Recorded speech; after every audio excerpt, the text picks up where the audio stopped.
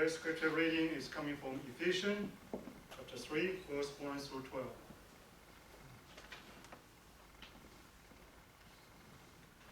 This is the reason that I, Paul, am a prisoner for Christ Jesus, for the sake of you Gentiles. For surely you have already heard of the commission of God's grace that was given me for you, and how the mystery was made known to me by revelation. As I wrote above in a few words, a reading for which will enable you to proceed to my understanding of mystery of Christ. In former generation, this mystery was not made known to humankind, as it has now been revealed to his holy apostles and prophets by Spirit. That is, the Gentiles have become fellow here, member of the same body, and shares in the promise of Christ Jesus through the gospel. Of this gospel, I have become a servant according to the gift of God's grace that was given me by the working of his power. Although I am the very least of all of the saints, this grace was given to me to bring to the Gentiles the news of boundless riches of Christ, and to make everyone see what is the plan of the mystery hidden for ages, God who created all things, so that through the church the wisdom of God in its rich variety might now be made known to the rulers and authority in the heavenly place. This was in accordance with the eternal purpose that he was carried out in Christ Jesus our Lord, in whom we have access to God in boldness and confidence through faith in him. I pray, therefore, that you may not lose heart over my suffering for you. They are your glory.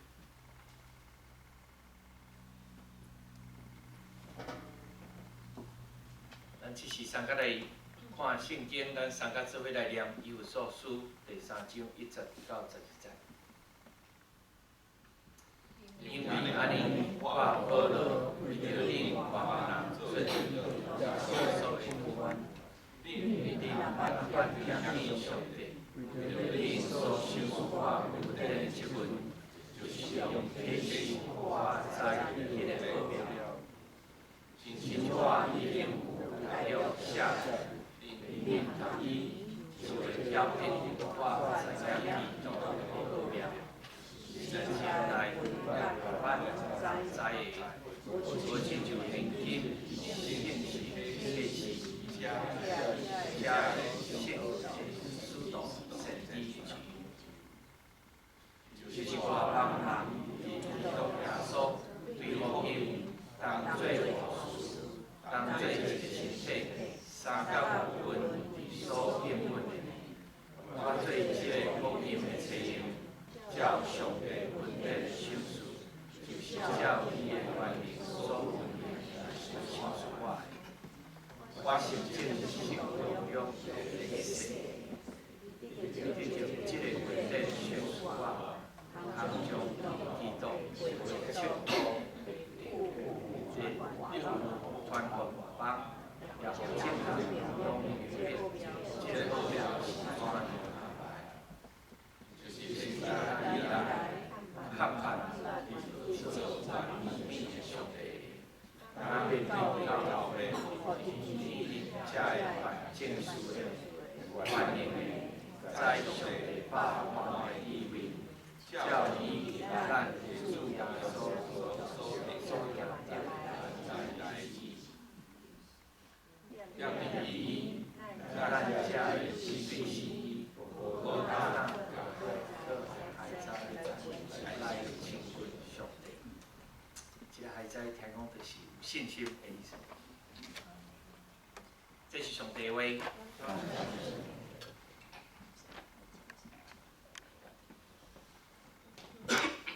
My brothers and sisters, Happy New Year. Happy New Year. It has turned New Year ever since the last time I saw you.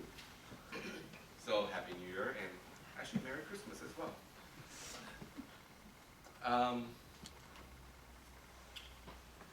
mention the word grace, if I mention the word grace, what immediately comes to your mind? Or if I only told you that someone had been gracious to you, what comes to mind? Often, the first thing that comes to mind, into our mind, when we realize that someone had been gracious to us, is that this person has done something good, something beneficial, and something perhaps more positive for us. When somebody does something good for us out of love and often undeserving from our own standpoint, we say that this person has been gracious to us, right? I remember going out to dinner with a friend's family, and this family has 2 boys in elementary school. One, I think, was 5th grade at that time, the other 2nd grade. And as boys, as you might imagine, their interests would sometimes collide. When 2 boys' interests collide, you can bet more often than not there will be disagreements. Disagreements will turn into just a little bit of push, a little bit of shove, a little bit of poke, and sometimes into even throwing punches. On this particular day, both of them, when we were having dinner, wanted the last piece of the chicken nugget that was on the table. Oh boy. And of course, once they realized that if they don't fight for this last nugget, their brother would get it.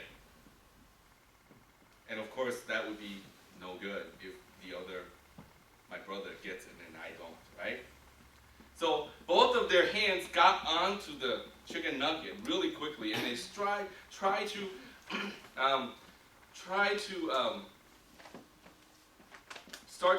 get each other's hand off of the chicken nugget. They both have 2 hands, so one of this and the other will do that.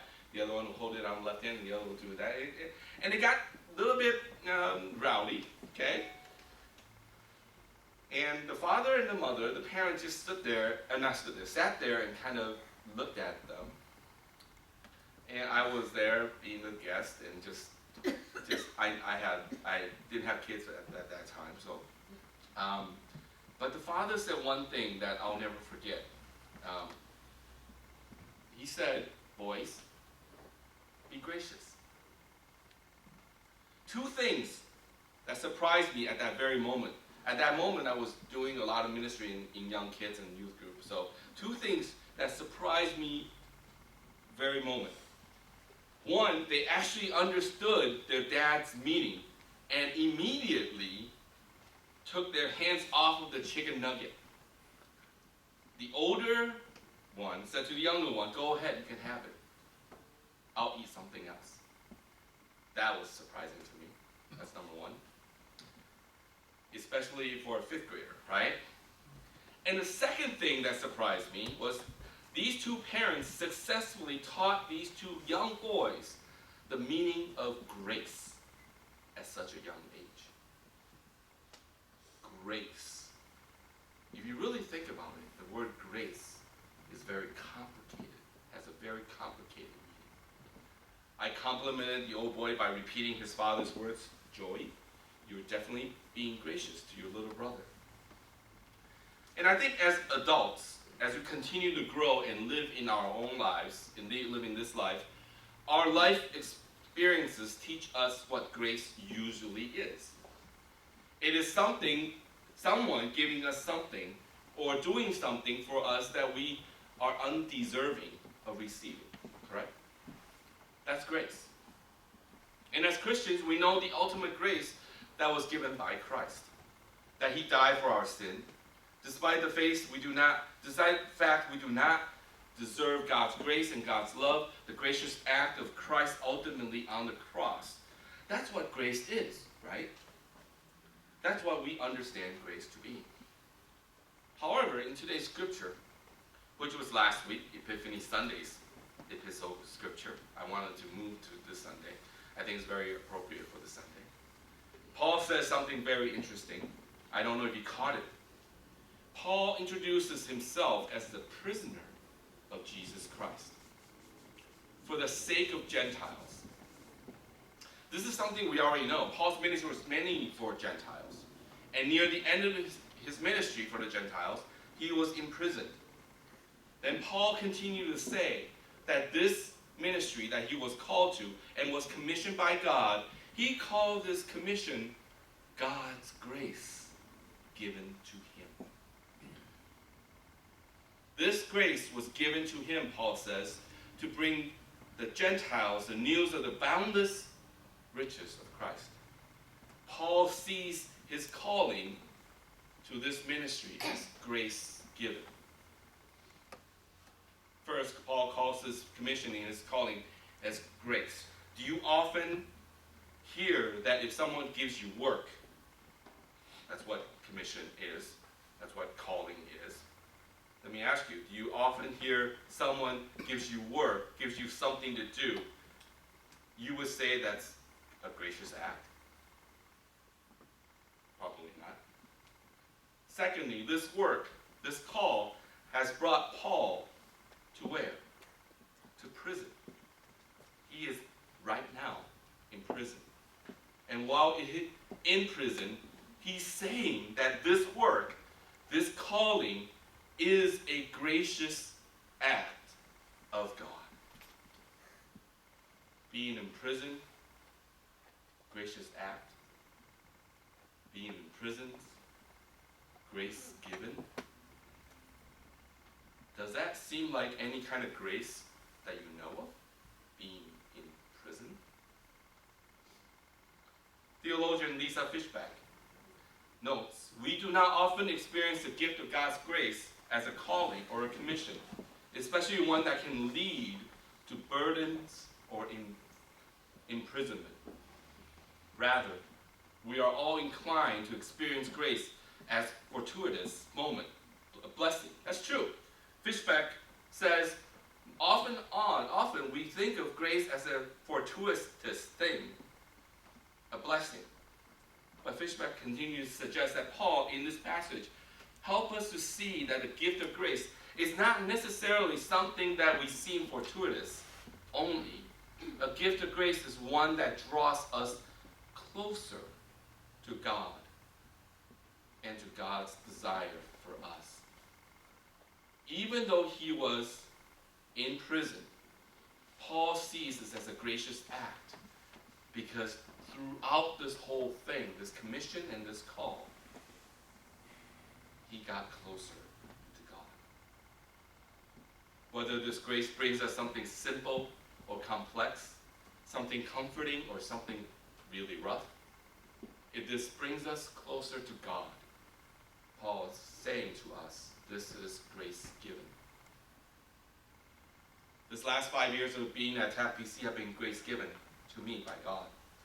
And yes, there have been fortuitous and comforting things but there have been times when they were rough, times where they have been very complex. But certainly it's grace given to me by God because I believe he has brought me closer to God. So thank you for allowing me to be part of this journey. And today we celebrate the commissioning and the installations of newly elected elders, deacons, and co-workers. Normally we don't see that as grace given. We see that as work to do. But let me remind you, may you see this call and commission as grace given to you by God. Whether what you go through in your service is fortuitous or rough, simple or complex, know that through this call, you will grow closer to God. And my friends, that's grace given.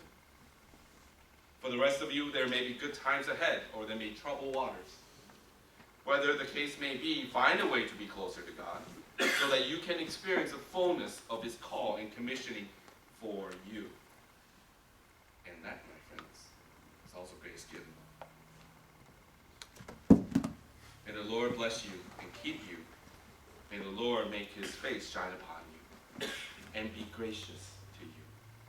May the Lord turn his face toward you and give you peace. Amen.